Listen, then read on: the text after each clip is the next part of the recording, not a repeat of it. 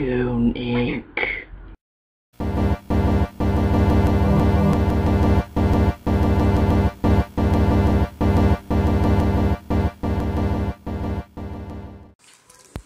Hello everybody, this here is your boy Punk Ass with yet another episode of the Punk Ass Show. Today's episode was a request made by a friend in the small YouTubers group on Facebook. The fellow's name is Jonathan T. Clean. He suggested top 5 classic games. But I think I'm gonna bump up the number since this is a subject I could go on forever about. So instead of top 5, I'm gonna give you guys a top 20 instead. All the selected games are from me myself and not made to fit popular opinions. And by the way, the videos I use in this list are not mine, but come from other YouTube channels.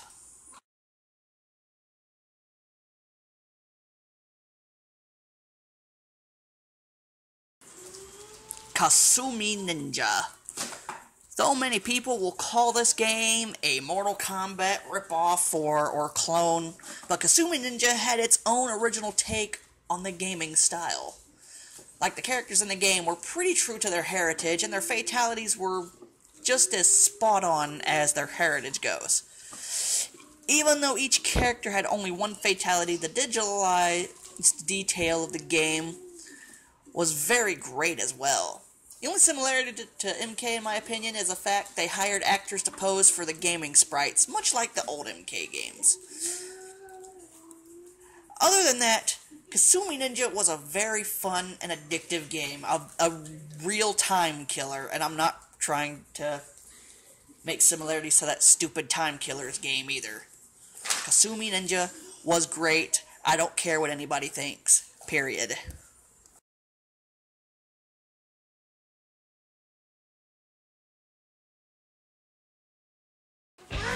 WWF WrestleMania, the arcade game. I don't give a flying shit what negative shit people have to say about this title. WWF, the WrestleMania arcade, was fucking awesome. Though I wish there were more wrestling games that were digitalized and looked like this. This game packed more than just a punch. The WWF, or should I say WWE wrestlers in this, had special abilities of their own, and they fit their and the special abilities, they fit the wrestlers' gimmicks as well.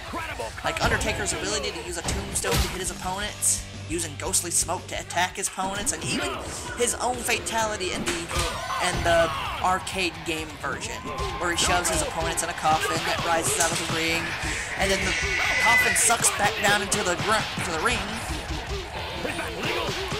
when the coffin is occupied with the enemy.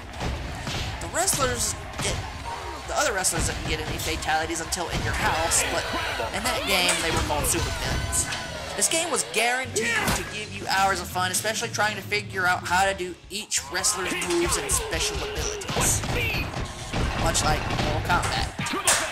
Except, well, this game was made by the same people that did Mortal Kombat, and a lot of people were really hoping for a crossover, but I don't think that's ever going to happen. The closest thing to a crossover you'll get nowadays is if you get one of these newer WWE games and create the Mortal Kombat characters to fight against the WWE wrestlers. But other than that, that crossover will never happen. Anywho,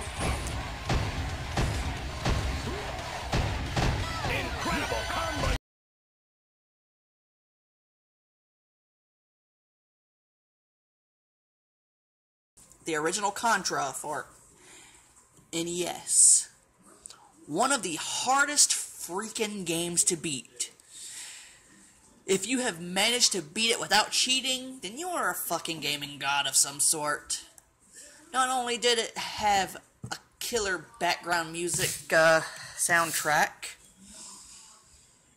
it had an excellent supply of special powers. Rapid fire, machine guns, lasers, the fire ring, and my all-time favorite, the spread, or as I used to call it, the shotgun.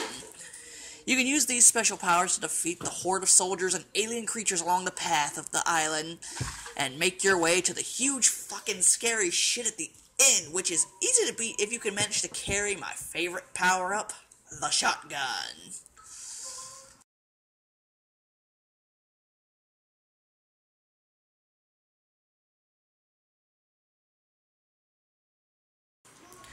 Joust.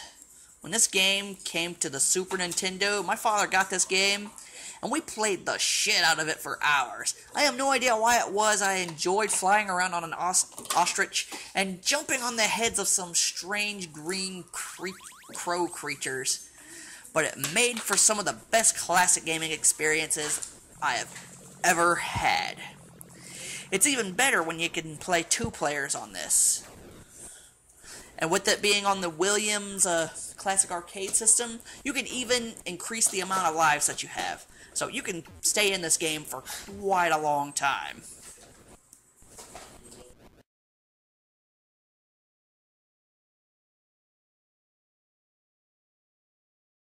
Final Fight.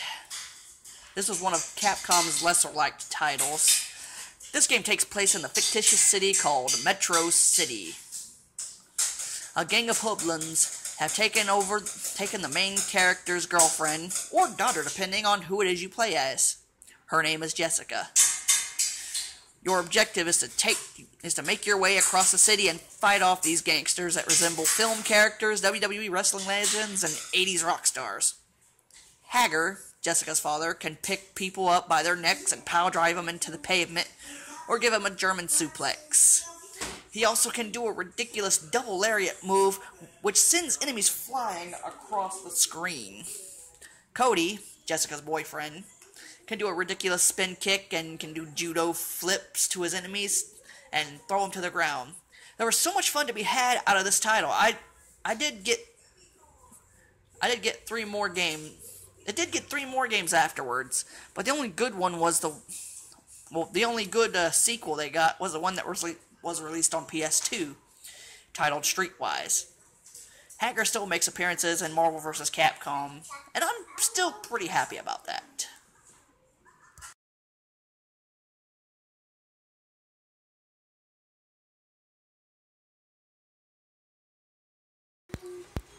Star Wars Return of the Jedi for Super Nintendo. Yes, the original trilogy made a game series for Super Nintendo, and these games were really, really, really, really good. But none of the 3 games were as good as Return of the Jedi. You had the choice of a grand total of 5 selectable characters: Luke, Leia, Han Solo, Chewbacca, and there's even a stage where you had to play as the Ewok. The settings in this game look much better than they did in the movie. Your journey took you from Tatooine all the way to the Emperor. But be careful not to die in this game, because the game over screen is complete nightmare fuel. You'll be faced with Senator Palpatine as he looks you dead in the face, smiles, and makes angry faces and laughs. Like, it is one of the scariest game over screens ever.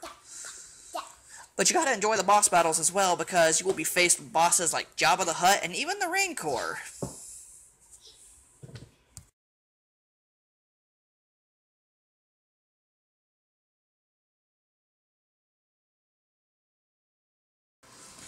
Super Mario World. One of the greatest Super Nintendo games in existence. Unlike the ones before it, you had strange new abilities and new tricks, like the feather cape, unlike the raccoon suit giving you limited flight unless you figure out how to use it. The balloon power, which made you float for a short time. The key and lock secrets, the power block switches, the star portals, and even introduces Yoshi, to whom has so many uses by himself. What do I love about this game? Everything. The background music, the gameplay, it's seriously untouchable. And to top it off, the Halloween mode you can unlock when you complete the special stage.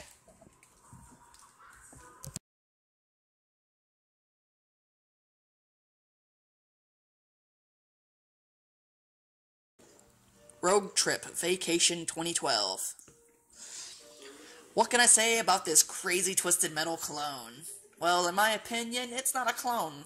like Carmageddon or Vigilante 8 was.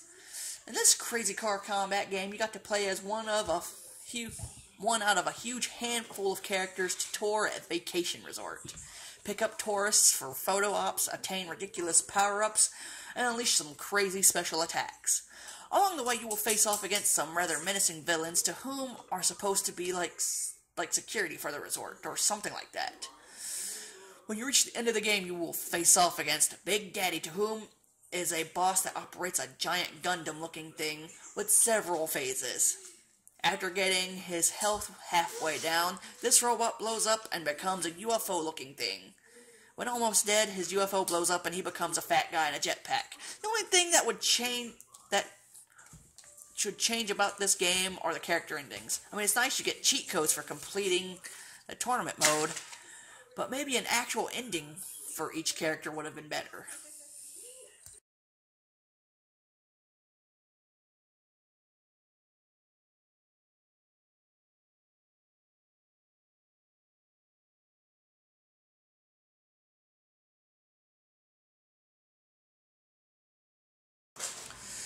Altered Beast.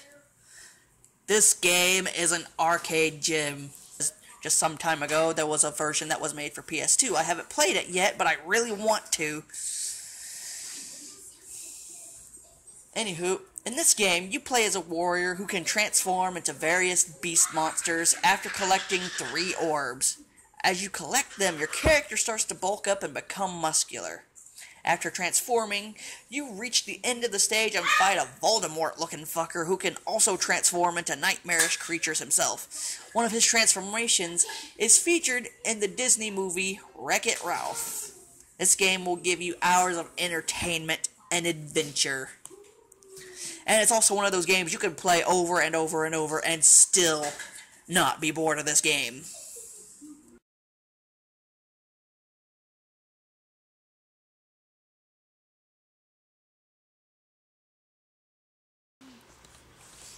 Way of the Warrior. People are gonna hate on this game no matter what, saying things like it's another Mortal Kombat clone, but I beg to differ. Not only was the gameplay different from Mortal Kombat in this fighting game, the stage fatalities were a lot different too. They were completely different. This is one of the very many things that make me love this game, other than the few favorite characters of mine, like Fox, whose fatality is a body slam that causes the enemy's upper half to explode into the floor. This game also had some original stages as well, like the Ice Mountain stage, where you could climb several layers for combat. So many differences from Mortal Kombat. The stage fatalities were a lot different too. Like, you could knock someone through the roof, you could knock someone off a bridge into a grave. Like, it was so much different. I love this game, despite what anybody says.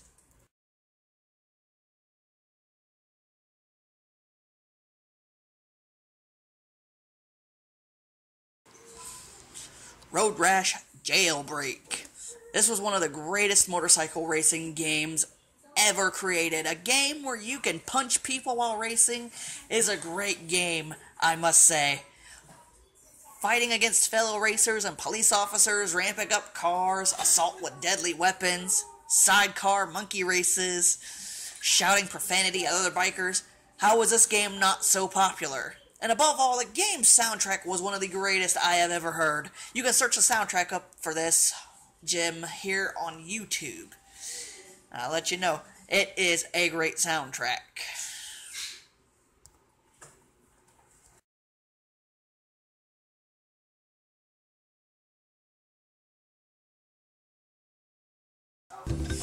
Crash Bandicoot. I was so damn lucky to get to play these games when I was a kid, and I am super excited about the remastering of the first 3 games, but the newer ones will never top the classic versions, ever. One thing I always enjoyed doing in these games was collecting the gems. For the longest time, I was obsessed with the gem collecting in these games. I even got the Crash Bandicoot character toys from Toys R Us just so I could have my own gems. In the games, I went and collected the boxes and found the secret paths, no matter how hard they were. The Crash Bandicoot games were guaranteed to give you hours of fun. And the ability to find all kinds of little secrets and hidden things and whatnot. Crash Bandicoot will live on forever.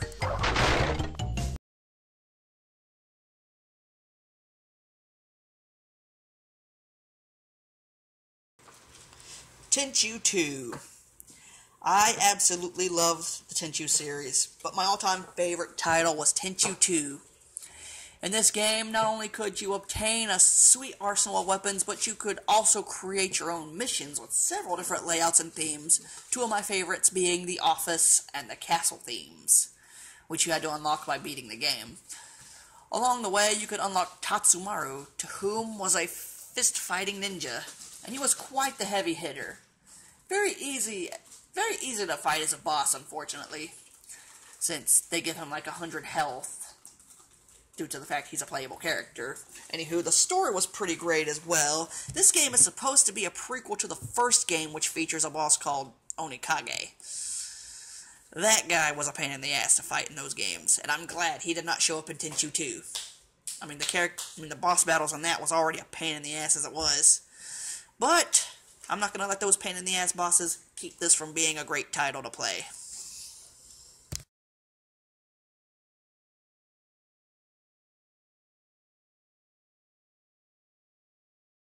Super Mario 64. I remember when this shit was brand freaking new, I legit cried to get this game. It was the first Mario game of its type. A Mario game where you could explore three-dimensional worlds and no side-scrolling. You got to explore the castle and had to hop through the castle paintings to perform crazy tasks to obtain stars, and these stars, they would enable you to battle against Bowser in several different places. Beating him was an easy task. All you had to do was grab his tail and whip him into some bombs that was set along the edges of his battle rings. Mario was able to do so many things in this game and had a whole new set of worlds to explore, and he also had a handful of new enemies. Unkillable enemies, but not to mention, he had new powers in this one. And these powers come in the forms of different hats he could put on. But be careful, there are a few stages with obstacles that would try to blow his hat off.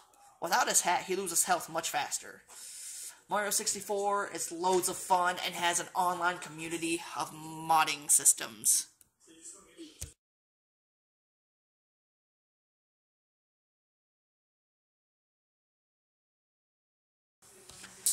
Twisted Metal 4. I feel that this title was very much underrated. Twisted Metal 4 was a freaking blast, literally. It introduced an entire new roster of competitors, and it also gave you the ability to create your own car and driver. Well, not really the driver, just the car. I love the car creator mostly because of the battle cry you could give your drivers. Mostly they are just celebrity voice clips from popular movies, but still was pretty cool. This game had some really interesting boss battles. Most of them are returning characters from Twisted Metal 1 and 3. And at the end, you face off against the infamous Sweet Tooth. And his special in this is one that would instantly kill you if you got caught up in it. So this is one of those ones you have to be very careful and make sure you have plenty of health when doing so. Twisted Metal 4 was an excellent game. This one, in my opinion, deserves a remaster, or a remake.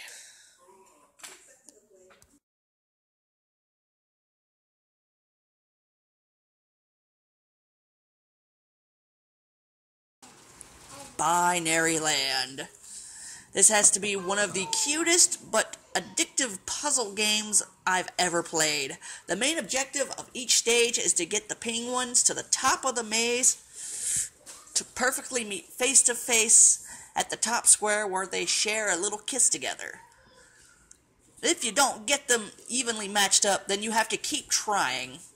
I didn't get to play this till I was in high school, and I will say this. I have never had so much entertainment from a children's themed game. I have probably logged in at least an entire month's worth of gameplay into this game. I simply can't get enough of Binary Land.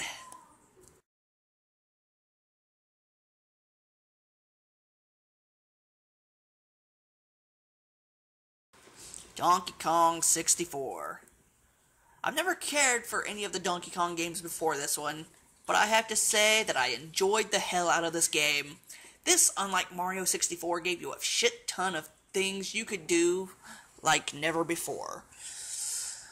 Like guns, hidden mini-games, bonus stages that were a pain in the asshole to complete, battle arenas, multiplayer brawling, 5 playable characters in this, with his and her own abilities and an excellent set of background music for the game too. Above all, I absolutely love the stages you had to navigate through in this.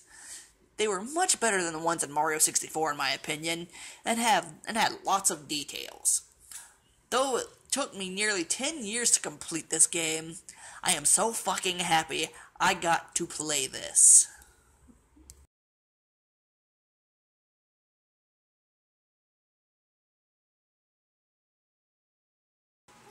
Tony Hawk's Underground 2.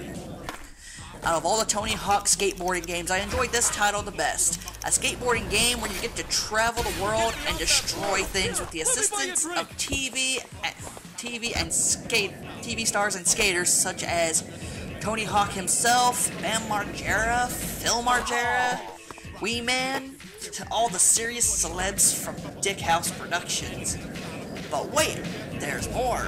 The ability to create your own graffiti tags, and an advanced skate park editor, classic stages, and the ability to play as Shrek. This game, to this very day, is still one of the greatest games in existence.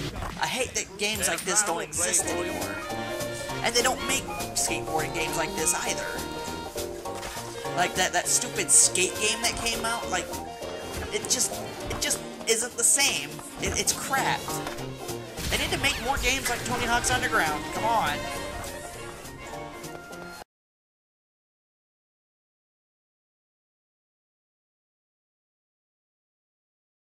SmackDown, Here Comes the Pain for PlayStation 2. I have never been so happy in my life about a wrestling game. This game took the fight all over the place and even gave you the ability to increase your created wrestler stats. Not only did I enjoy creating the wrestlers, I enjoyed the fact that you could wrestle in more than just the building. This game could take the fight into the boiler room, the parking lot with Undertaker's motorcycle, one of the parks in New York, Times Square. You could even take the fight on top of the Times Square building. You can jump out of helicopters and even destroy cars in this crazy as hell wrestling game. Hell, you can even play catch with a hubcap if you have 2 players. The infinite greatness of this game will live on forever to me.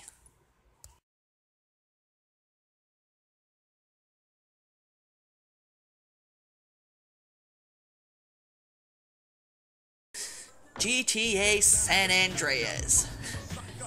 Oh my god, this game was the shit back in the day. San Andreas had put the franchise on a whole new level with all the crazy shit you could do in this game. San Andreas gave us a gigantic map with feels like hundreds of weapons and hundreds of cars and a wardrobe you could build with hundreds of articles of clothing, not to mention better cheat codes.